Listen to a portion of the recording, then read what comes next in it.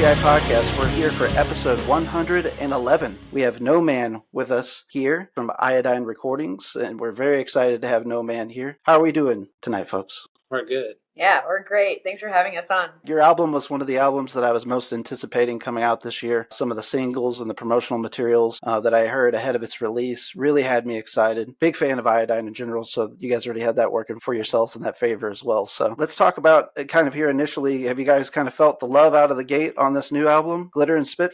Yeah, I feel like we have been feeling a lot of support and love and connection and a lot of timeliness around the record just because of some of the themes that are throughout it and what's happening in the world and being Palestinian. We've been working on this record for a while, so like on its own, I think we were excited to put it out. And then there were just some other variables that I think have opened up some additional ears to it. Plus putting it out in Iodine. This is the first time that we have decided to partner with someone on putting out a record. We've self-released everything else. That's new territory for us. This is your guys' third full length, correct? Yeah. The first one was kind of almost like a demo because we did it really quick and we were just really excited to put something out. And then the second one was really us figuring stuff out. So this is, I feel like, another step in that direction of sorting stuff out. Yeah.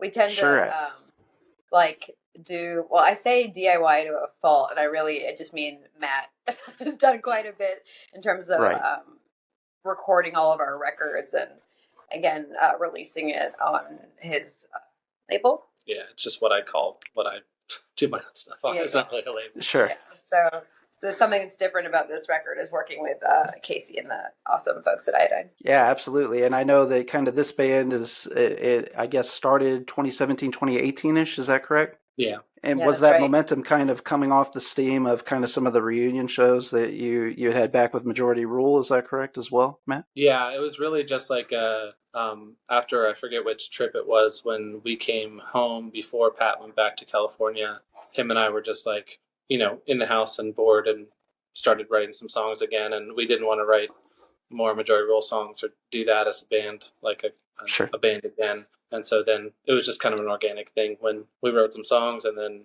Meha screamed on them and then we wrote Kevin, who was he back in New York? Was he on tour? I think he was still in Europe. Okay, yeah, he went he on stayed tour longer. with Battery, right? No, I think some Battery?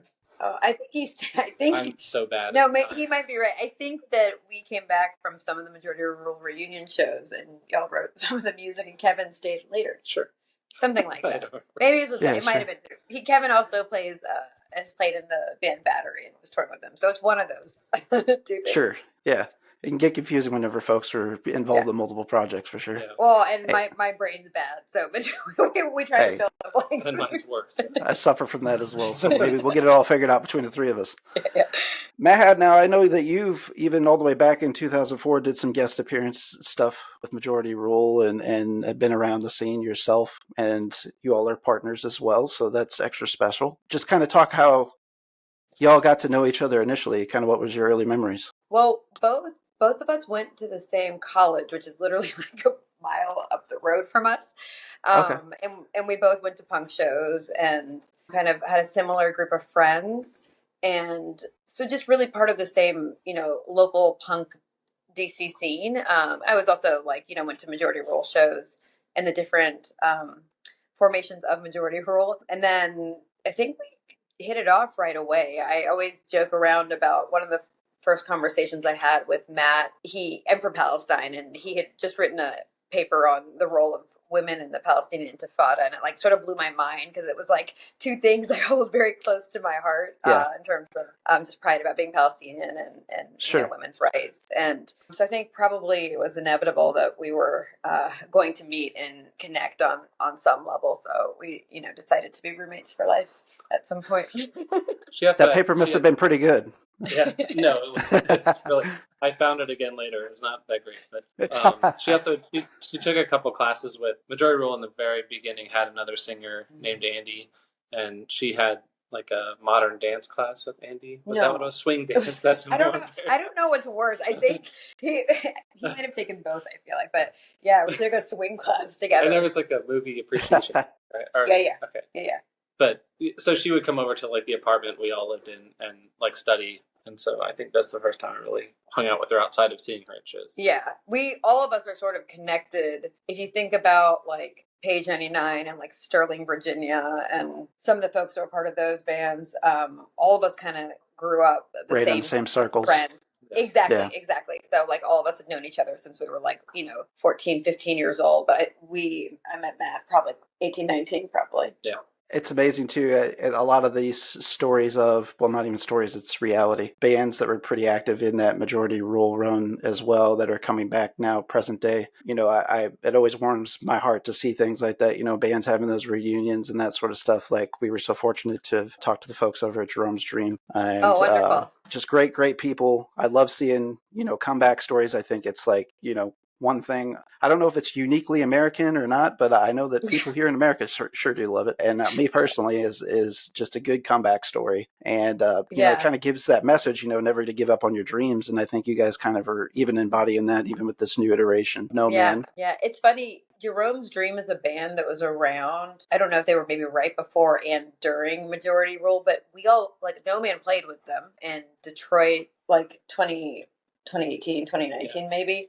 And so we met each other like in more recent times. So it's so funny to connect with folks that we did not, know back then that were part of, connected to a similar scene, and then see them now, run into them at, they played Fluff Fest in Czech Republic. Mm-hmm. In Czech Republic last summer. So did we. We both of us played Fest in Gainesville this past year, and just being able to connect in some way, in the same ways that we were all drawn to this community, but also like in an increasingly more, like drawn to community and this thing that we all get from being part of this, counterculture has been pretty neat. So, I met Eric more recently and it's been great.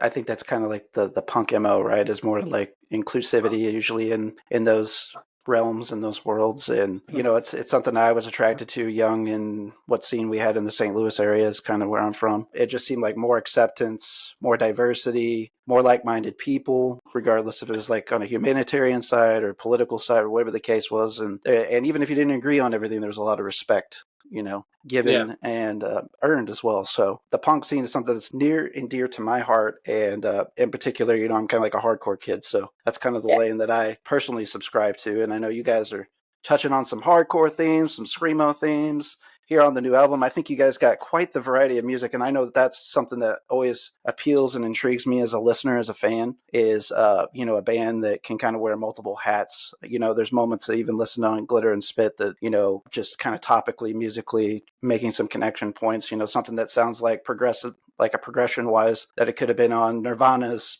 In Utero, later moments like Riot Girl type movement stuff, and then of course there's like some thrashy parts and some D-beatish parts, and so you guys have got a lot of stuff going on in this album that I just absolutely love. It's like you're in our record collection with the things you just said.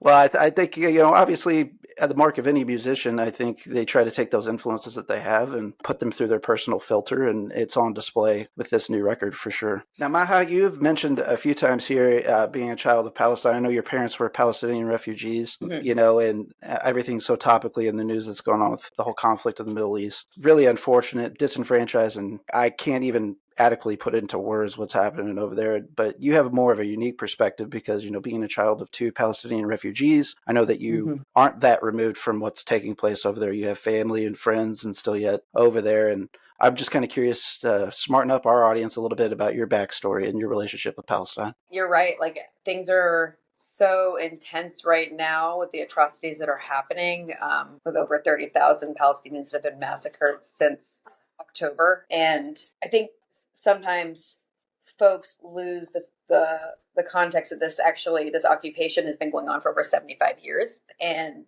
that has included home demolition, jailed children's, land annexation, and, in 1948, the expulsion of 750,000 Palestinians, and then in 67, I think 300,000 more.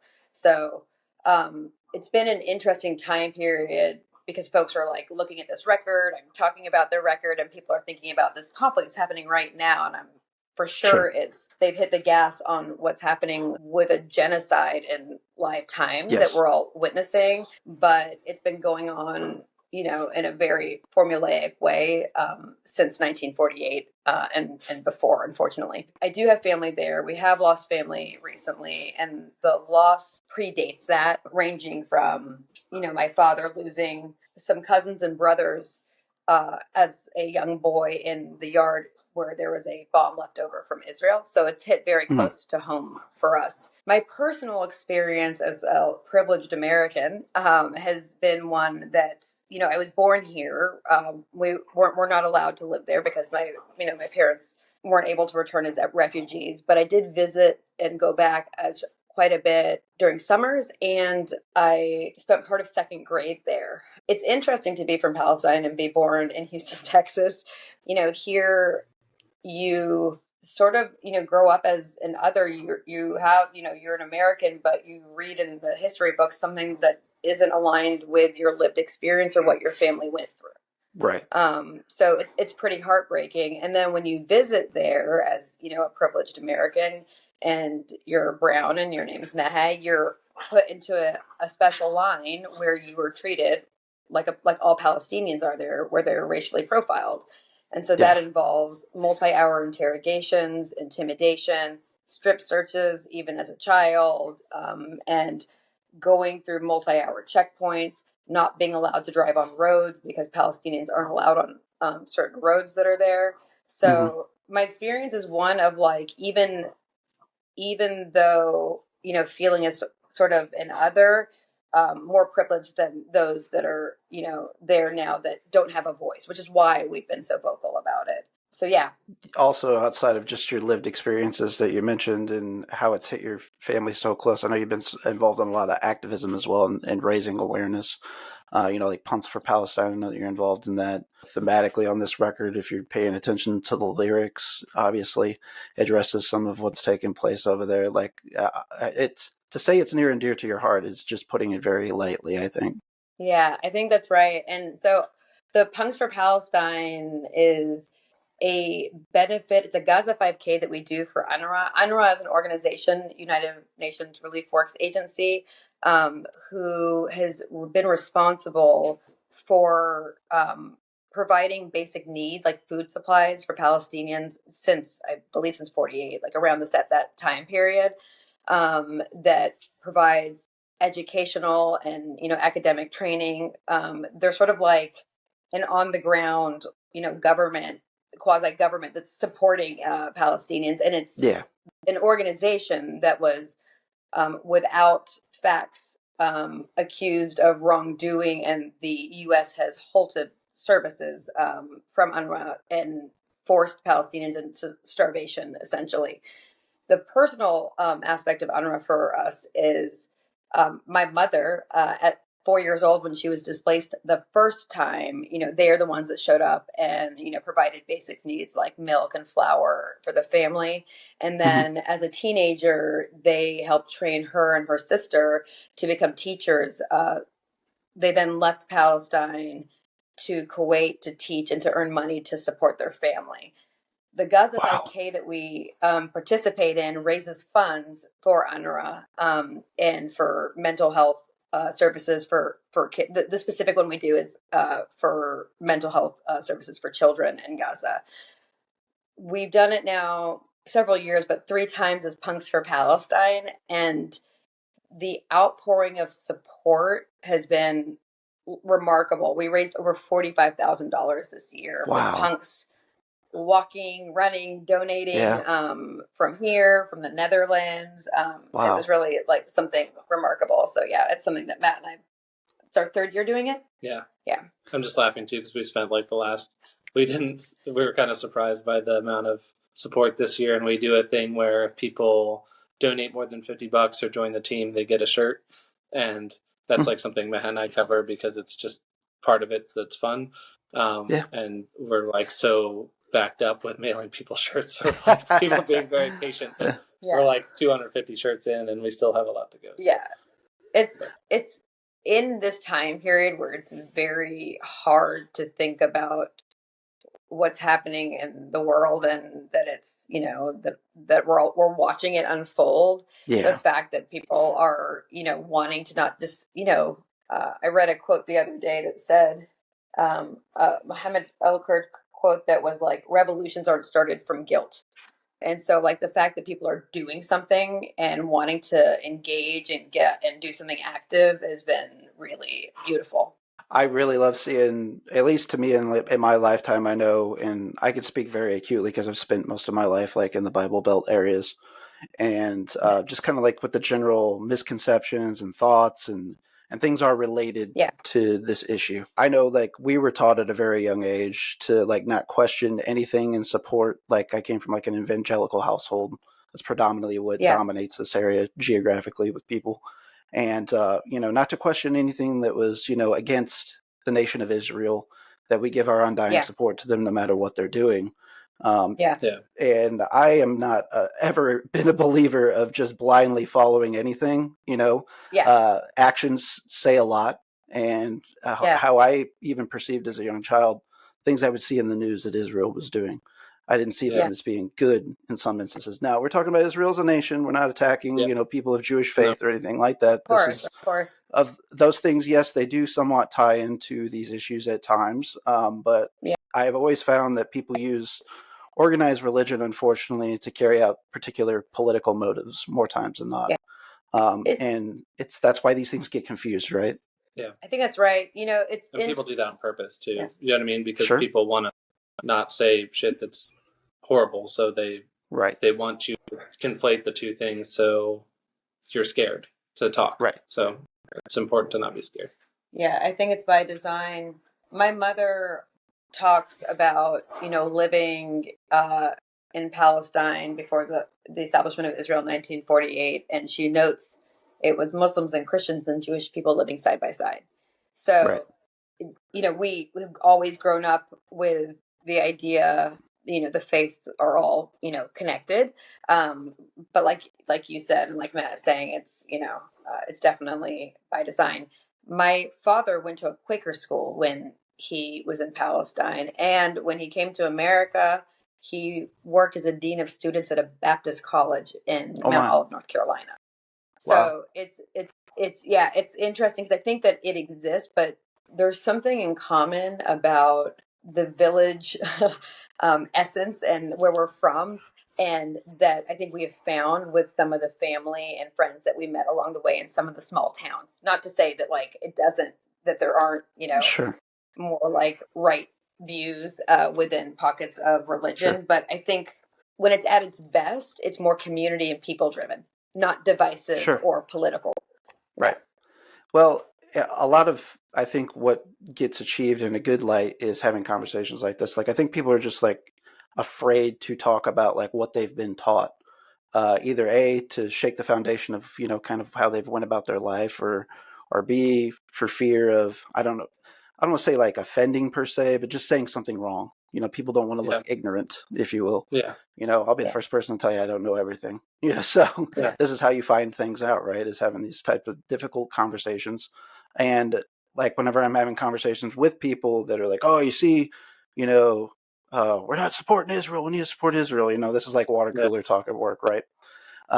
You know, a lot of those folks, unfortunately, have seen things through a very specific echo chamber in their life, whether it's, you know, the news network that they subscribe to, the podcast maybe that they listen to now, people that they've surrounded themselves with live. A lot of people's viewpoints are based on their knowledge, you know, and ignorance, unfortunately, begets a lot of this hatred and vitriol and things that happen in our rural our world that can be cruel sometimes, So Yeah. I try to take the opportunity to be like, well, do you realize, and take an educational approach with people. But sometimes that insults people too, It's sometimes it feels like a losing battle, right? Yeah. Yeah. I feel like it was a really, not that I wasn't aware of a lot of things before I went, but when we went to Palestine 13 years ago, was that when it was? Mm-hmm. I felt like I wished every, kind of privileged white American could go there with a Palestinian person and see what it's like, because, Right. we're kind of taught that it's this like really complex thing that's been going on forever. And so we throw our hands up and don't do anything. Right. But when you go there and see what it's really like, it's not complex at all. Like, people are living as second class citizens and they can't drive on roads, and Right. certain people, like, so when we showed up there, they told me to go through customs. They're like, just go ahead and leave your wife, like, and I was Yeah. like, are you kidding me? And then, like, I was up in arms because I'm like an American that's like, I can't believe they're doing this to us. But every Right. Arab that I was sitting in the cell with was just like, yep, this is what happens, just smile and hopefully we'll all get out of here in a couple hours. But Wow. it was like, it's amazing to see two roads for two different people. One people Absolutely. drive on dirt roads, one people drive on highway. It's like stuff you don't think exists, but it does. It exists in a lot of places. And for one group of people, it takes them 15 minutes to get somewhere, and another group of people who are, living within walls, it's taking them multiple hours, and lack of access to healthcare. And I did mean to gloss over this earlier too, but Maha, you made this comment about the fact that, or at least I know you have made this comment in interviews, the difficulty of your childhood and, people pointing to, history books and the fact that there's not a Palestine for them to physically see, and they think that you're making this up. Like people just don't, I really think about that being an issue for folks, but it's really crazy to like sit back and just try to empathize with you and your personal experience. And it's not just yours, it's, anybody else in your same or similar shoes. And any child of Palestine, is that, you don't get the recognition that you should, right? Yeah. I mean, and it's really hard for children to understand that too. Yeah, I think that's right. And I'm becoming more painfully, as the issue and the awareness is kicking up because of, current events. Yeah. I have this weird inside like monologue with myself that's like, did I not talk about it enough? Did I not explain it properly? Like, was I not clear enough? Like, people who are dear to me who've even understood it are understanding it at another level right now. Right. And I keep wondering like what I could have done differently to explain it, or if it's just that extreme right now that it's like hitting people on the head with what the situation and the history is. Yeah.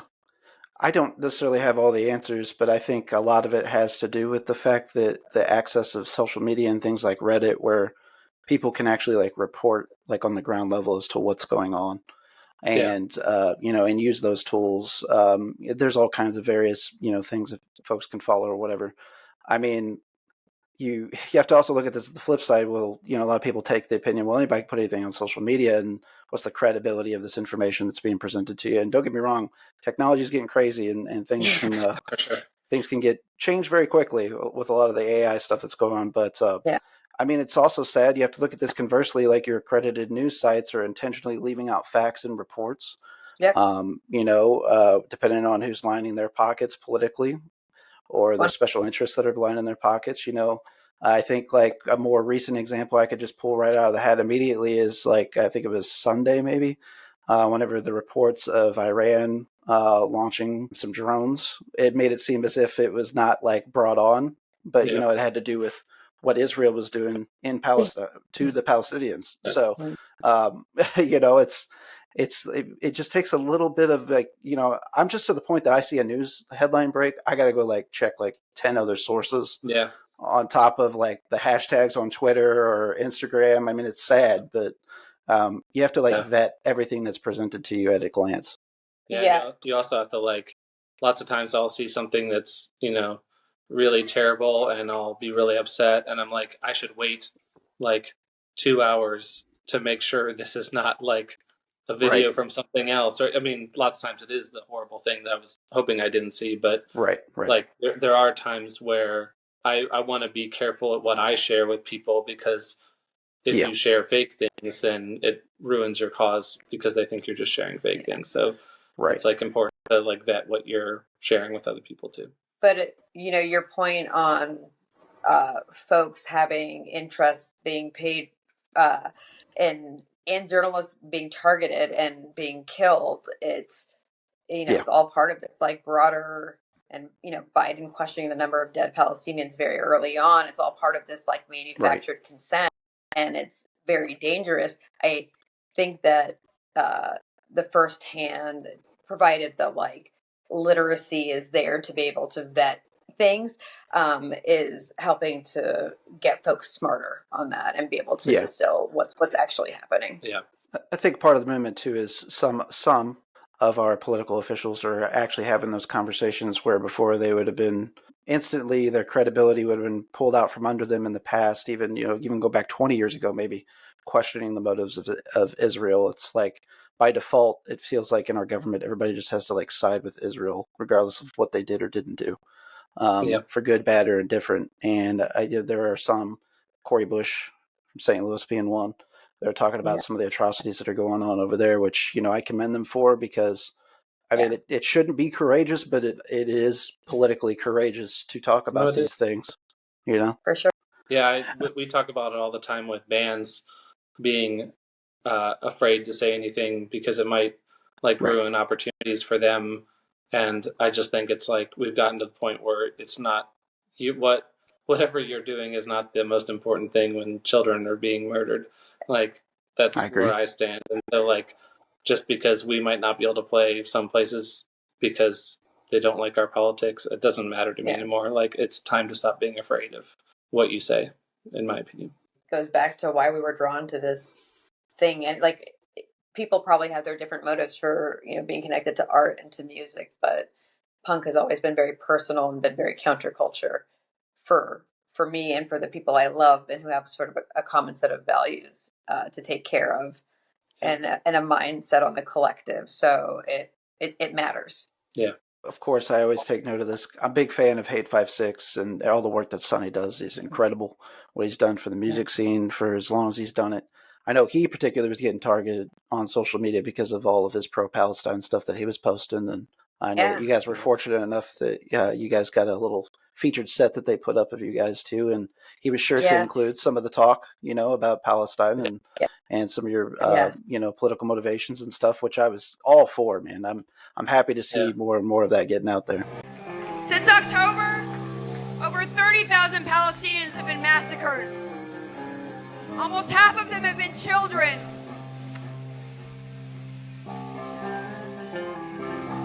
We're giving them and we're amputating them every day.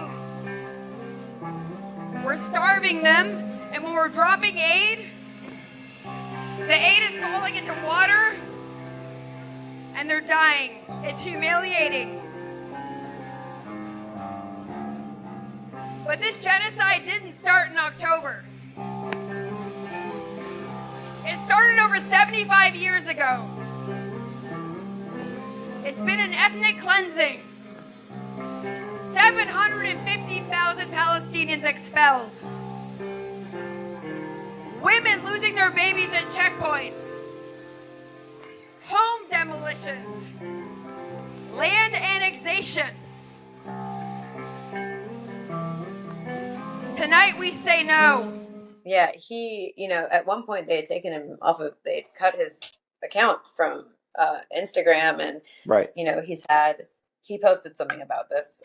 He had the FBI, calling his loved ones and showing up for him. So it's, like you said, it shouldn't be, but it's courageous for people that are, speaking up. And, I was born into this when other people are standing up and adopting our cause and, carrying that resistance. It's really empowering and meaningful. And I think it's a sign of a turning point. I hope. I think the cost is very high with, how many people how many children are dying every day, but something something is shifting. And, people like Sonny, but also young folks, like the younger generation, generation of bands. And I mean, we saw sort of this, during Black Lives Matter, the people that were showing up at protests on and on and on again against, police brutality and, tear gas. It's this younger generation, I think, is a little more fearless, and I have some hope in them. There's this comeback people like to say when you talk about one issue, they're like, but what about this issue? And yes, I feel like younger people are proving that we can care about everybody. We don't have to care about one specific. Right. We don't have to only care about Palestine. We can care about trans rights, and we can care about Sudan. We can do it all at the same time. We can care about everybody. It's not either or. It's all of it together. Yeah. Right. Yeah, I totally agree with that. And the fact that, again, we've kind of highlighted this a few times, but the people are actually feeling comfortable enough now. I know I'm 36 years old, and in my entire life, up until the last few years, it has been I can't stress this enough, it has been controversial to be anti-Israel, especially in my area, and the atrocities that they're doing. But also it hasn't been very well reported on either, so it's kind of both sides of that coin as we've pointed out. But there's definitely a movement. Like even in my area, it was unheard of to see some of the protests and movements that are taking place. Like just here, South County, St. Louis. Anybody who's familiar with the St. Louis area is going to know the place that I'm referring to. They had it's a huge shopping area in St. Louis, and restaurants, nightlife, that sort of stuff. They actually had a protest there weekend before last, a Palestinian protest, and it shut down the entire overpass. And police were like overwhelmed because they never had seen anything like that before. Yeah.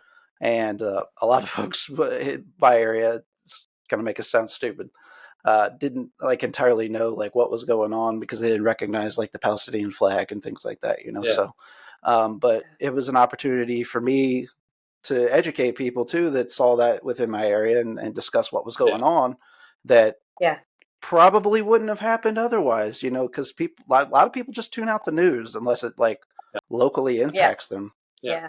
It's interesting you say that about like the flag and it's when you're Palestinian, it's like sometimes people view you because of how the Palestinians have been on the other end of like being occupied and feeling with this sort of oppression for so long. That's like it's viewed as like politics. And when you think about the rich culture we have and like the flag, the language, the food, our dance, I hope that more and more people get to see us as people, and it starts to humanize. And I think all of that is by design, right? Like if you can sort of demonize people as like brown savages, and then come up with, a mythology of something starting in Gaza when there are armed settlers killing Palestinians right now who are being, equipped by Israel. It starts to fall apart. Yeah, and you touched on this point earlier too about some like whataboutism, and that's something that like always drives me up the wall whenever you're having these types of conversations, because I know like, and again, just presenting some of the things that I have to face, and I think it's important to have these discussions once again, because you're not the only one going through it if you're listening. that's one factor of it for sure. But for example, again, back to the Iranian drone strike stuff. I had a guy at work, and he's kind of like a News Nation type guy. He's Newsmax and that sort of stuff, and he's really, really coming on to me about, oh, you see all these terrible things, man. I got to do something about that Palestine. I'm like, well, you understand that Palestine's not actually even recognized as a country. That there's these occupational zones like that are getting smaller and smaller, and Israel's basically dictating those borders, and it was just all way over the guy's head. I'm just like, I'm so sorry that you don't know this. It's unfortunate. I can point you in the direction of a few videos if you're more interested to educate yourself on it more. But this is a real problem that you don't grasp the issue of, and it's pretty obvious. Yeah. Scary. Yes, very scary. Say what you said earlier about people maybe being afraid to ask questions. I think this topic in particular has been one that people tiptoe around because they're afraid, right, to say the wrong thing, to offend someone, to come across wrong. And if you're, if the goal is, treating everyone with the same, human rights is Yes. at Yes. the heart of it. And I shouldn't have to use that disclaimer, but I thought I always have to use that disclaimer. No, it's fair. When I talk about it. It's fair. There's a lot of scare tactics going on, and it's almost like I liken it to the Red Scare of communism and things like that. But the minute that you say something that's anti-Israel, it's oh, you're anti-Semitic, and it's no, actually, I can, from my own personal perspective, I got a lot of Jewish people in my family. It's I'm pretty in tune with all of that. This has nothing to do with that. This has everything to do with a genocide that's taking place. It's they're two entirely different things. If you go to some of these protests, you're going to see a lot of it is led by Jewish people. It's not, Jewish people are front and center in the, Absolutely. fight for a free Palestine. Yeah, and that's another thing too that people start to conflate, and we've kind of touched on some of this too. It's it goes back to education and ignorance and that sort of stuff. But people conflate. Judaism is one of those odd things that people recognize it not only as a religion, but maybe a racial connotation. And I know especially a lot of post 9/11 unfortunate things that took place there. Everybody just assumes because if you're brown, you must be Muslim. And that's just an ignorant take, right? It's people can be more than one thing. They can be different things. It's just because you look a particular way doesn't mean that you have to subscribe to a certain ideology. No. She's also Palestinians are Semites. So if you want to talk about anti-Semitism. Also, there's Arab Jews. There's Christian Jews. Exactly right. Christian Arabs. Yeah, Christian, it's not a monolithic thing. Yeah, people, and that area is such a melting pot culturally, and just all the various, whether it's been through conquering force or religiously driven, even going back to you were talking about 1948, when Israel was given its statehood thereabouts. That area was occupied by the Ottoman Empire. So you could just talk about the various forces over the years that have oppressed and come into that area and try to lay claim to it as their own. Meanwhile, the Palestinian people are just trying to get by. That's a lot of what's happened historically, right? Yeah. Yeah. I don't think there's a lot of other places that we can point to in the world that's been the case, So I really encourage folks to educate themselves more on the subject, and hopefully we at least educated people a little bit more on that in particular. But I want to get back to No Man and all the awesome stuff that you guys are doing too. I know. Thank you for talking to us. It's on our minds all the time. Yeah. Sure. So we appreciate it, and we absolutely appreciate your perspective. Thank you very much. I've seen a lot of amazing shows that you guys have been playing. They're getting ready to play. Actually, coincidentally, our next guest on the show is Rid of Me. So I know you guys just played that Palestinian show, fundraiser with them. So really excited to. I wish I lived closer to you guys so I could see all these awesome shows. Unfortunately, not as much cool stuff comes through St. Louis. St. Louis gets kind of skipped over quite frequently. I love St. Louis. I would love to come back there. We'll come it's to been St. a long Louis. time since I've been there. All right, hell yeah. Well, I'll be there front row without question. Awesome. So, and I know you've got a lot of connections and stuff in the music industry and other bands that you guys have played with. I know Maha, you've done some stuff with Portrayal Guilt. My boys over there. We're gonna have James here, the drummer, in a few weeks. Wait, is he gonna be on? Cool. We love them. Matt recorded a couple of their records. Yeah, I recorded their first record and their last record. So. Oh, okay, awesome. Devil Music is that's a fantastic. That was my favorite album last year. It's so good. Yeah. They're so good. And when Page 99, maybe you already know this, but when Page 99 and Majority Role did some of the reunion shows, Portrayal Guilt were on them. So I feel like they're this younger generation of incredible musicians. I feel like they're part of our that family for us. So that's cool. We love them. Yeah, we love them very much. They're one of the newer bands that I'm really just hitting it for me. Chat Pile's another band. You guys, Rid of Me, just everything you guys are all putting out is just insane right now. No skips, folks. No skips. So on Glitter and Spit, that's just been out for about 3 weeks now, I believe. Late March was the release on that.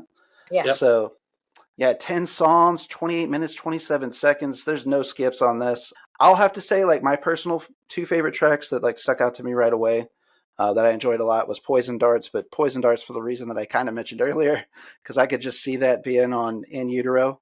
for me. Like that's just cool. like some of the progression and stuff that goes on there. I really enjoyed Burning Skulls also personally. Oh, awesome. And that had kind of some of the Riot Girl type feel for me. Yeah.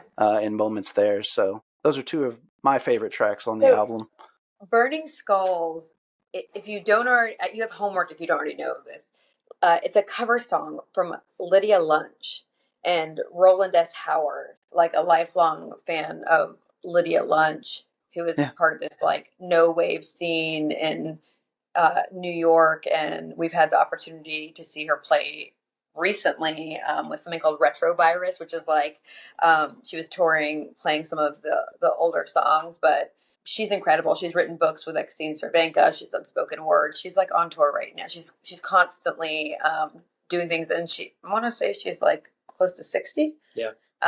Wow. And it's when we saw her in New York, Burning Skulls was on the set list, and I was like, it was going to blow my mind if she played it, but I don't know if she like skipped it or what, but like if she had played that song, I would have lost my mind. Yeah.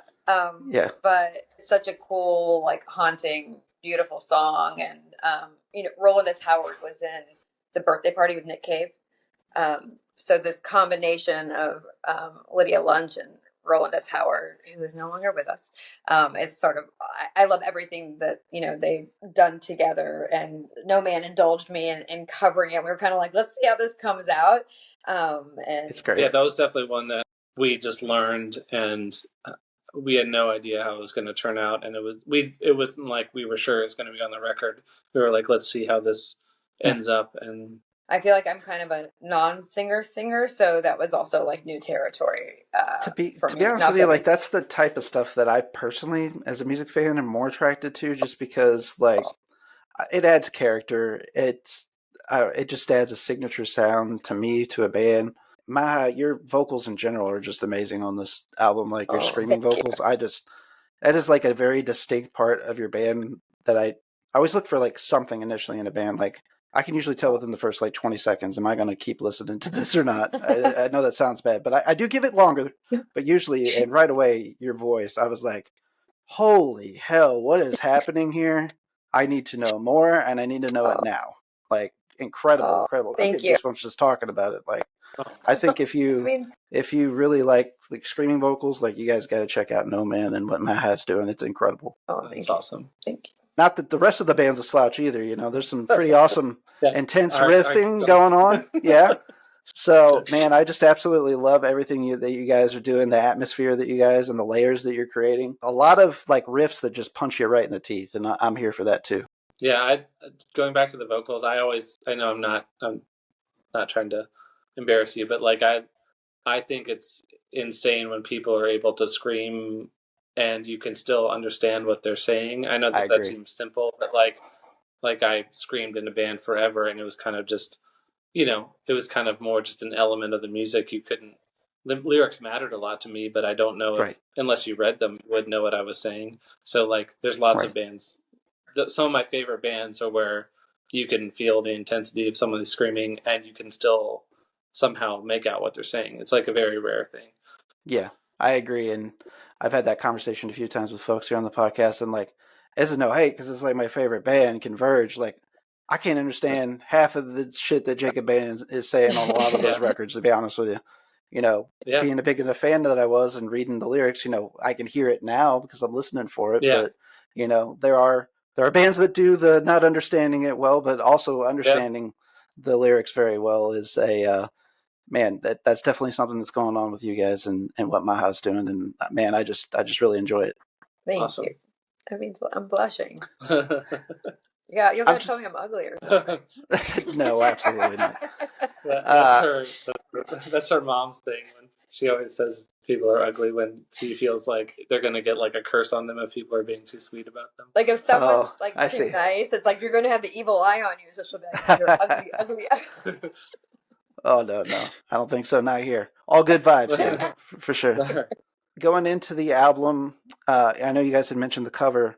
Just kind of conceptually, like was the material pretty well prepared once you went to go recording? Was there some things that you were still hashing out when you're recording?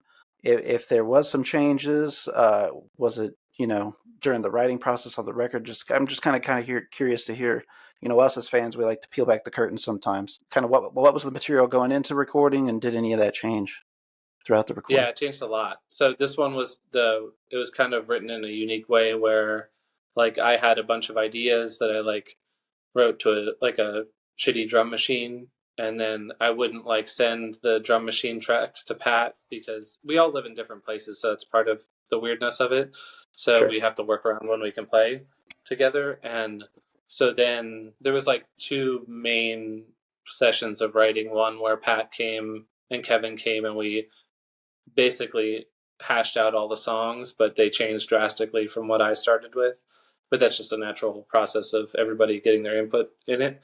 And there was like the song Glitter and Spit. I probably said this before, but my favorite thing about it is it was like a song where it was just the three of us. So it was recorded like right behind where we are now in our house. So the three of us were in there, and it was like towards the end of the day, and it was one of the last songs we worked on, and we were getting grumpy, and like I felt like we were like seconds away from being like, let's scrap this song. And Maha came in there, and she was like, what if you did a drum beat like this?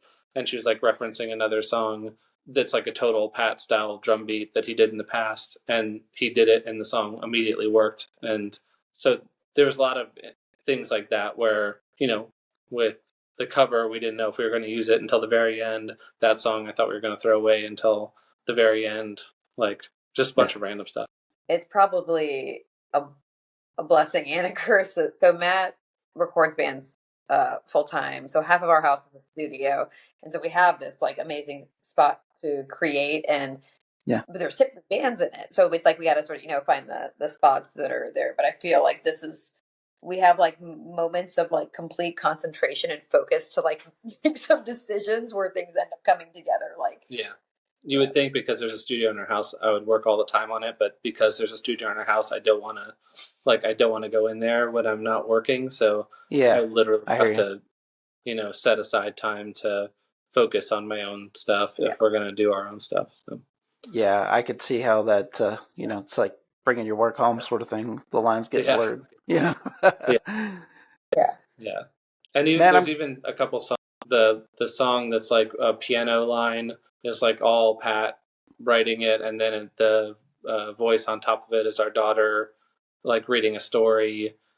And so that's like basically Pat and our daughter. It's not the rest of us. And then the last song on it is just like something I wrote at the very end. And that's like the only song that was really written post what's happening in Gaza now, because I wrote it while like watching TV, and part of the background noise in it is what's happening. So like the droney sounds on that song are actually drones in Gaza. Like it's just me and a bunch of sounds from the news. Yeah. So wow. And I'd say that like there's what are we using for the record, the order of the songs, and there's a whole other layer of like what I coined Matt Noise Machine, which is like him figuring out how the songs flow in, like what needs to be added into it. And that song, Damar, the last song, Damar is Arabic for devastation is what it translates to. That song. It's like that song is the perfect ending of the record and just shows, some of my favorite pieces of the people I make music with in this band, and how like you can have a song and then something can feel completely different because of these just like details that are in every song, but I was actually listening to the record, like on stream over Bluetooth in my car, and like I didn't even, sometimes I just like to go into trance mode and not like really pay attention to like, the track listing changing on the screen. I don't know if it was like intentional or it's just happenstance, the fact that even at the end of the album, when it loops back around, it's almost kind of seamless, like it kind of flows still yet, which I was like totally taken back by that. I was like, did they mean to do this? Because I know this just restarted, Listen again. This is crazy. Yeah, like there's definitely some an ebb and flow, and I always enjoyed, you could always tell, I come from a musical background myself, and you can tell when there's an intent to, sew those songs together, and it's certainly there. There's a fusion there with the album too, for sure. Yeah. Curious, did you master and mix the album too, or did you send that off? No, I did mix it. I recorded and mixed it. I was gonna say with the last song, that was another one where I wasn't sure that was going to be on the record until it got mastered. So Brad Boatwright mastered it, and he was able to, because one of the things I wanted to do with this record is typically when I record a band, I try to record it as if I was using a tape machine. I don't use a tape machine, but like I use a single project and, you know, kind of make it flow straight through. But this one, I wanted to attack each song by itself and not be afraid to like change things and you know, not worry about one song to the next having a similar snare sound or something, you know, like it is essentially the same snare sound, but that's not too important. But the only song that I felt like didn't fit sonically was the last song because it's such different instrumentation. But then when Brad sent it back to me, I was like, this is perfect. Yeah, it fits now. Like it all makes sense now. So That's awesome. yeah. Yeah, I'm always a firm believer, even if you've got kind of that sound engineer background, to like hand things off, at least for the mastering process, because you can get way too close to the music sometimes, and you're hearing things that maybe the general audience wouldn't pick up on, or even the majority of the audience, if you will, and sometimes you can fixate on things. You know, I kind of call it like the Howard Hughes phenomenon. You know, you're not necessarily going to wear Kleenex boxes on your feet, but you know, you might get a little too focused on the wrong thing, you know? Yeah. That Portrayal of Guilt record, that was one where I felt like we had worked so hard on it that like what we were listening to at the very end was like, it couldn't get any better. And then when they sent the mastered version back to me, I was like, oh my God, this is better. I don't know how this is better. I don't know what this guy did, but this is better. Like, and it's neat when that can happen. You know? Like I really, you know, I thought out of any record I've ever done, that one, the Devil Music one, I thought the songs were done. Like nothing else could be made better. And whoever the mastering engineer was, I feel bad I don't remember his name, but he did a great job. Did they kind of tell you conceptually whenever they were recording that album, just out of curiosity, like they had the full intention of the A side, you know, just being the versions of the songs, and the B side being like the string versions of it? Yeah, the guy. What was your first thought when you heard that? I just am curious. Like, what was your initial reaction? To me, that sounds like a nightmare. But I was like, how are you going to make this work, right? But so I didn't record the B side. So the B side is like the vocals I did, mixed by Ben Greenberg in New York, who plays in Uniform, and he's the one that arranged like the string quartet and like transposed all the music and did that whole side. To me, that like sounds terrifying, and I don't know, like super ambitious, and like hats off to them for going through with it. And I think it's really cool, and it's something that's unique, and people don't do that. So. Yeah. Well, I had the man that recorded them, so I had to take the opportunity to ask. Sorry for a little sidebar. No, it was like something that was being discussed kind of like while because I don't remember the exact details of what was happening at the time. I feel like it was like a tour that they didn't end up going on, maybe because of COVID, but they were here at our house for like 9 days for the songs, and it was kind of all being fleshed out while we were here. But I think that's actually what's my favorite part about that record, is it really let everybody take the time to be creative and do weird things and make the sounds that we want to make. And, you know, and then there's a couple more things that were not done here. There was like some vocals that were not done here. And I think that was it, just some vocals. And then the B-side, all the instrumentation for the B-side and mixing for that was done in New York. Now, all your tracking that you guys did for Glitter and Spit, did you do literally everything in your house? No, it was all done here.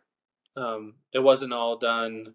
Like we all played live, and then we just kept scratch guitars from that stuff. And Kevin came back. Like it was basically like one session we did all the drums, and then Kevin came back on his own and did the bass, redid all the bass, and then I feel like I did one like rhythm version of the guitars, and then she did all the vocals, and then I went back and kind of redid a lot of stuff guitar wise. I could just imagine the work that went into all of that for you, just being so close to all of the work, you know, too. Man, hats off to you. One thing that I always hone in on too is the production piece, you know, that can actually, you know, obviously add to a band's signature sound. And, you know, that's one thing too. You know, this is just a very well produced album overall, I feel like, as well, and you can appreciate it on those merits individually too. That's awesome. Yeah, it's hard. It's hard when you do it all the time to do your own music. It's like, yeah, I'll always still do that, but it's hard to step away from it. And have a better perspective, I guess. Matt, was there anything on this album that became a surprise to you? Let's say, something that stood out to you. Maybe even it was just a track that initially maybe you weren't as fond with, but on the finished end of things, it really stood out to you, and you kind of turned over a new leaf or had a different perspective on the song. Or That's a good question. Can you think of any from during our process? I mean, the glitter and spit for her singing too. The middle part, I feel like you weren't sure what you wanted to do, and we tried a bunch of different stuff. And yeah, that's true. Like glitter and spit, because during that song, there's like that part where it's a little bit more singy for me, I guess. Yeah. Just trying to figure out what I wanted that to sound like. Talking it, versus singing it, and trying to have it like stand out a little bit differently. I was like, I'm so used to like go like screaming on 10 that it was hard. I didn't know how I felt even in the moment, and I trust Matt when we go and we have like a vision and we talk about it, and just like the feedback that he gives me and some of the coaching on it. And I like loved how it came out. Live when I was doing it, I was a little bit more nervous about it, and I was just like super pleased. But sure. All in all, that's like that happens pretty frequently. Like we have a great relationship. We have a great relationship in terms of like the trust, and even like it's very direct, feedback, but because there's like alignment and vision on something, we maybe part of this bleeds into being in a relationship with one another, but I think we just like work very well together on artistic projects. Yeah. So anytime there's like probably a switch in my vocals, even in Poison Darts, there's like a part that's a little bit different. That third verse of it is like a little bit different, and it was something we tried some crazy stuff actually that everybody shouldn't admit when I was trying to get my vocals to do some different things, but our daughter, sometimes you don't know if it works until you try it too, so yeah. There was like a point where she was like choking herself, like full of hell, choking herself. Our daughter walked into the studio, was just like, "What the hell is wrong with my parents?" I love it. It was like, it's not sounding like as extreme as I want, and he's like, "Try choking yourself." I was like, okay. And then there's a point where she was like running in place too. Oh yeah. Sometimes I'm like, okay, like I want this to be a little bit more desperate sounding and panicked. And I've got these like sound walls in front of me, so Matt's like, "What are you doing?" And he's like, "I can tell you're like moving." I'm like, "I'm running." Yeah. So we have some fun with it too. That's hilarious. You mentioned in that story specifically, it was hilarious. One of my friends reached out to me and asked me to make up like a little intro for his podcast, and he's like really into like death doom, funeral doom type stuff. So I tried my hand at writing a little bit of a like intro for him, and my daughter and her friends were like playing out in the yard. It was a really nice day. And I have a little room that I do my podcasting and my recording in. So I was to the point that I was doing vocals, and I was in here kind of doing the similar thing, like, I'm not sure what I want to do vocally. I thought maybe like the Paul Bear type singing stuff. And then I was like, I'll just try this like really nasty scream. And I started doing that. And the kids were freaking out. They never heard me do anything like that. And my wife like later was like, yeah, the neighbor kids were like really worried about you. And my kids were jumping on the trampoline with the neighbor kids stuff. And they're like, what's the matter with your dad? Like they thought I was like ill or something, like I was having some psychotic episode inside the house. So I can relate on that one for sure. It's okay. We have these incredible neighbors that are like this picturesque family with these two, little girls that have like matching dresses on, that are like playing in the yard, picking flowers. Like they're amazing. And because we have a studio out of our house and the nature of the bands that come through, sometimes there's just like death metal blaring out of our house, and they're the sweetest. Like they're just like bullet belt dudes smoking weed in our driveway while they're hanging out. But they're also the best neighbors to get at. The neighbors are just like waving and kind to like everyone. Oh, that's cool. Yeah, that's cool, man. Yeah, you don't always get that lucky. I've been at many residences over my time, either playing music, practicing music, recording music, and not everybody's always remotely that cool. Yeah. So that's a blessing for sure. For sure, no. We've been stressed about anytime we've moved to have the space to create art, and for because Matt started recording bands more seriously at our last house, but he wanted to like have a better space for it. But we were like, is the neighborhood going to be cool with it? So Yeah, we spent like Yeah. all this money making the live room essentially soundproof, and I don't think it needs to be at all. I feel like we could play with the door open and our neighbors would be happy. But That's I feel awesome. like if we didn't do it, it would have been the opposite. Are you guys in the DC area? Yeah, we're in Fairfax, Virginia, which is like a Okay. suburb. It's a pretty far out, not pretty far out to me. 20 minutes. Yeah, 20 minutes from DC. It's like the suburb that I've come back to. Like this like when I was in 10th grade, I lived like 3 miles down the road. So Oh, wow. Yeah. Yeah. It's funny. I kind of had a similar trajectory. I kind of moved back to, I'm like 10 miles from, where I grew up most of my life at. Yeah. I wanted to bring my family kind of like a little bit slower paced area down here. So real small school. It's like, I think they're in the graduating class of my kids. It's like 20 something kids, so there's a lot of, that's cool. one-on-one interaction with the teachers and the students. And it's a simple community, but a lot of like good-hearted people. So, some That's intention with where we moved, and I've been lucky enough that anytime I practice, I haven't had any complaints. But like I'm just kind of waiting for it because I primarily play drums, so that's my, I'm bam bam on the drums. I like to get. I subscribe to the John Bonham school of thought. Put a little whack behind it. Yeah. Yeah. So, but my That's neighbors great. have been pretty cool so far. So I've been fortunate too. That's good. We'll all knock on wood for you to have good neighbors and us to continue to have good.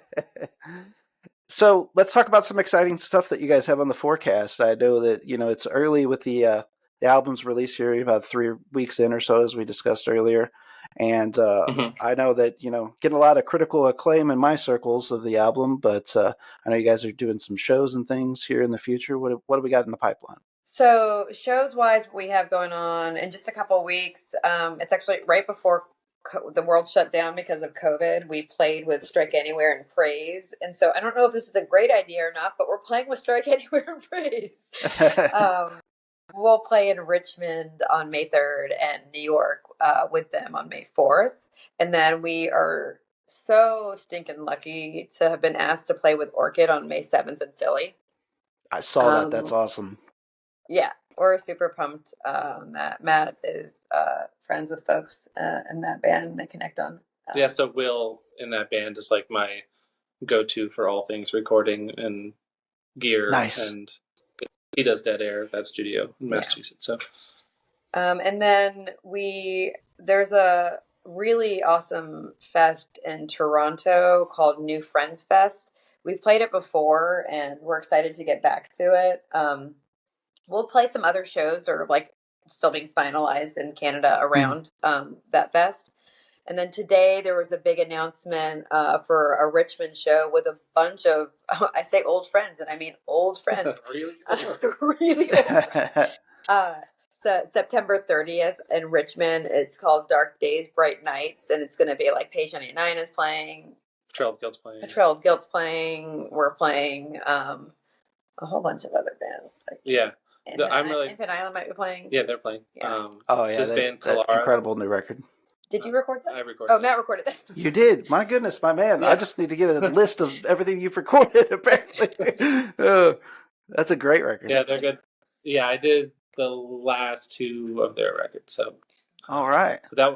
And then this band Colares is playing from Richmond that I'm really excited about because they were like a band that was around early on in Majority Rule days, which is like Brandon from City Caterpillar and members of Avail. Oh, nice. Yeah. Like, yeah, it's a cool band that I haven't seen in 20 years. Yeah. That'll be great. And then we're playing the Fest in Gainesville in October 25th weekend. But so that's like kind of what's on the books. I'm sure we'll do more around that. But because Pat lives in California, Kevin's in New York, and we're here, we try to like be a little bit strategic about when we play shows. But very excited to play. Now this record's out, people are listening to it. We've been playing a few songs off it, but we're excited to play more. Did you guys play the fest last year as well? Yeah. We Yeah, did. I thought so. In fact, yeah, it was like a funky. We played the fest, which again is like that last weekend in October, and it was on our way driving down there, we were all super conflicted about playing it because of things in Gaza started, up in, on October 7th. But I love my bandmates so much. We all, got together and decided to create a banner as our backdrop.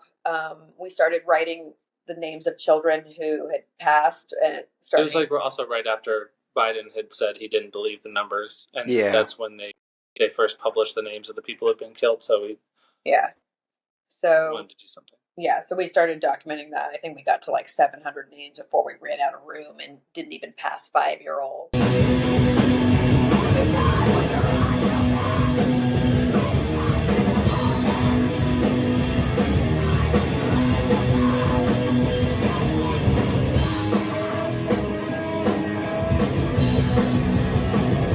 We're going to play, it was going to feel like we wanted to use our platform, and it was not. I love Fest, and I don't mean to knock individual bands down. Very fortunate to be part of this community, but it was wildly. It was like the elephant in the room that no one was talking about. It was some people were, but lots of people weren't. There's a vibe there that's just like party and have fun, and it's people are trying to ignore the real world. Yeah, and that's fair. I get that music can be that for some people, but for us, it's never been that. Yeah. So. But the flip side of that is that people were incredibly engaged and had things to say. I think sometimes it takes someone saying something to spark a conversation. Get the ball rolling. Yep. And Fest has always been really good to us and in giving us that space. So it was. We just wanted to do something, with it. So, so we did play last year and looking forward to this year. Hopefully there won't be an aggressive assault in Gaza a year later. Right.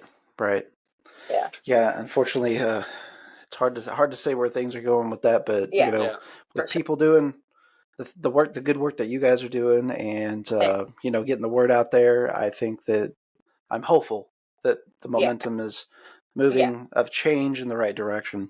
Yeah. But so those are the shows that we have lined up, and I'm sure that we'll get some more on the books pretty soon. Yeah, you should tell us more Midwest places to play on the way to Canada, because we would like to play some places that, even if we go out of our way, I would like to not do the regular spots that we've done before. Yeah, there's actually a lot of different places in the Midwest that are actually starting to be a little bit more popular for bands in the heavier realms of things. There's a Springfield, Missouri, as well as a Springfield, Illinois, that are both college towns, and they have huge punk, hardcore, death metal scenes going on now that are really starting to blow up, and bands are actually making an intent to stop. Even shoegaze bands, and I love shoegaze music too, but it's wild to see some of these bands, like Ringo Death Star, for example, is going to be playing in this small college town that before bands had nothing to do with. So those are some areas that are getting pretty popular. Iowa City's starting to be kind of a place that heavy bands go through. It's more southern, but even Arkansas is starting to be fruitful for people. It's just incredible to see. In my lifetime, it's definitely changed dramatically. The impact of heavy music and the pockets and the support that it's actually getting. I think a lot of various bands have kind of helped pave that way. Bands even like a Chat Pile right now, for example, Oklahoma City, not extremely far from us, but they're striking enough of a chord with people that it's almost like kind of a grassroots movement taking place here. And it's I'm really loving seeing it for sure. There's a lot of good places to play in the Midwest now. Awesome.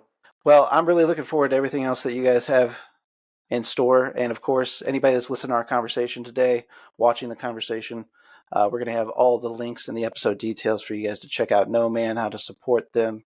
Of course, a good place to go is Iodine Recordings website, of course, and they have all of their things there as well.